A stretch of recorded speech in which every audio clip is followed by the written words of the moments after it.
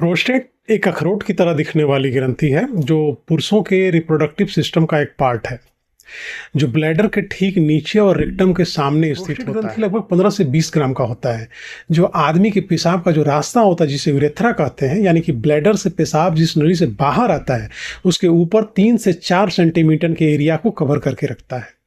यह circular shape में होता है जिसके बीच से यूरेथ्रा निकलता है। उम्र के साथ साथ इस ग्रंथि में भी बदलाव आता है जिसके कारण इसकी साइज भी बढ़ जाती है।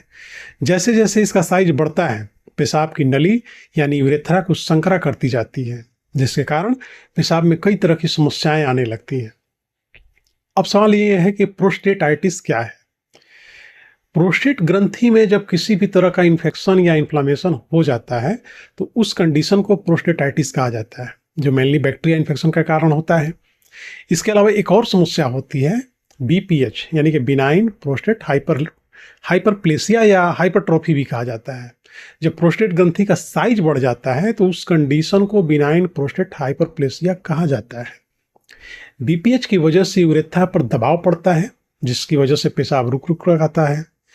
यह नॉन कैंसरस होता है। उम्र बढ़ने के साथ होने वाली ये बीमारी है जो 50+ एज वालों में ज़्यादा संभावित रहती है। इसके लक्षण भी प्रोस्टेटाइटिस की तरह ही होते हैं, जैसे कि बार बार पेशाब आना, पेशाब रुक रुक कर आना या पेशाब करते समय तेज दर्द और जलन होना, कमर में या फिर जेनाइटल ऑर्गन्स वगैरह में दर्द हो सकते हैं, रेक्टम में भारीपन महसूस हो सकता है, एजुकेलेशन के समय दर्द हो सकता है, बहुत ज़्यादा कमजोरी या फिर मांसपेशियों में दर्द हो सकता है। अल्ट्रासाउंड कराने के बाद रिपोर्ट में अगर प्रोस्टेटाइटिस निकलता है तो कुछ होम्योपैथी की दवाएं हैं जो आपकी समस्या को ठीक कर सकती हैं। सबसे पहली दवा है सबाल सेरुलाटा क्यू। यह प्रोस्टेट ग्रंथि की समस्याओं यानी कि प्रोस्टेटाइटिस को ठीक करने की नंबर 1 दवा है। बार बार पेशाब लगती हो, पेशाब करने में जलन होता हो या फिर पेशाब की धार कमजोर हो जाती हो तो सबाल सेरुलाटा क्यू की 15-15 बूंद दवा आधा कप पानी में दिन में 3 से 4 बार लिया जाए कुछ दिन तक तो ये ठीक हो सकता है। दूसरी दवा है चीमाफिला अम्लेटा। अगर प्रोस्टेटाइटिस की समस्या क्रॉनिक हो यानी कि लंबे समय से हो, आप प्रोस्टेटाइटिस से परेशान हो तो चीमाफिला अम्लेटा ले सकते हैं।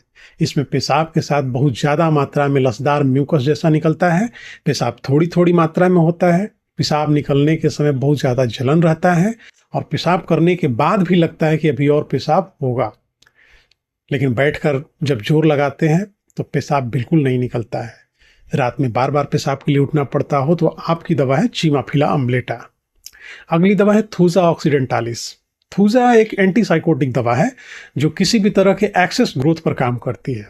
इसके अलावा अगर ब्लैडर के नेक पर बहुत ज़्यादा पेन होता हो, पेशाब की धार रुक रुक के आती हो तो आपकी दवा है थूजा ऑक्सीडेंटालिस।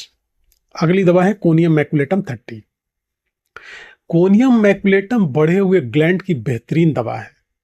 चूंकि प्रोस्टेट भी एक ग्रंथि है इसलिए कोनियम मैक भी इसकी एक खास दवा हो जाती है। तो अगर आपको प्रोस्टेटाइटिस की प्रॉब्लम हो, पेशाब करने के समय अगर पेशाब रुक रुक कर आता हो तो आपकी दवा कोनियम मैकुलेटम है। इसके अलावा प्रोस्टेट से जुड़ी समस्याओं के लिए कुछ और पेटेंट दवाइयाँ भी आती हैं, जैसे कि डॉक्टर रैकवेज की R25 आती है जो कि एक जर्मन दवा है। इसमें बहुत सारी मेडिसिन होती हैं मिली हुई, जैसे कि चीमाफिला अम्लेटा, कोनियम मैकुलेटम, सबाल सेरुलाटा और क्लेमेटिस इरेक्टा जैसी दवाएं इसमें कम्बिनेशन में मिली होती हैं। तो ये एक्यूट या फिर क्रोनिक दोनों तरह के प्रोस्टेट की समस्याओं में काम करती है। दूसरी दवा है SBL का प्रोस्टेनम ड्रॉप। प्रोस्टेट की समस्या में भी ये मेडिसिन बहुत अच्छा काम करती है। इसमें Sabal serrulata, Chimaphila umbellata, Clematis erecta, Conium maculatum, Pareira brava, Pulsatilla जैसी बेहतरीन दवाओं का कम्बिनेशन होता है।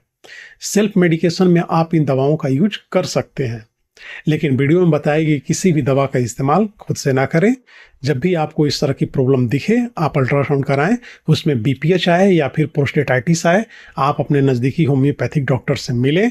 उनसे सलाह मशवरा करने के बाद जो डॉक्टर आपके लिए दवा प्रिस्क्राइब करें उसी दवा का सेवन करें। ये वीडियो सिर्फ आपकी जानकारी के लिए थी। तो आज की वीडियो में भी इतना ही। मिलते हैं अगले वीडियो में। और आज का वीडियो अगर आपको अच्छा लगा हो तो इसको लाइक कीजिए, कमेंट कीजिए और चैनल को सब्सक्राइब जरूर कर लीजिए। स्वस्थ रहिए, मस्त रहिए। धन्यवाद।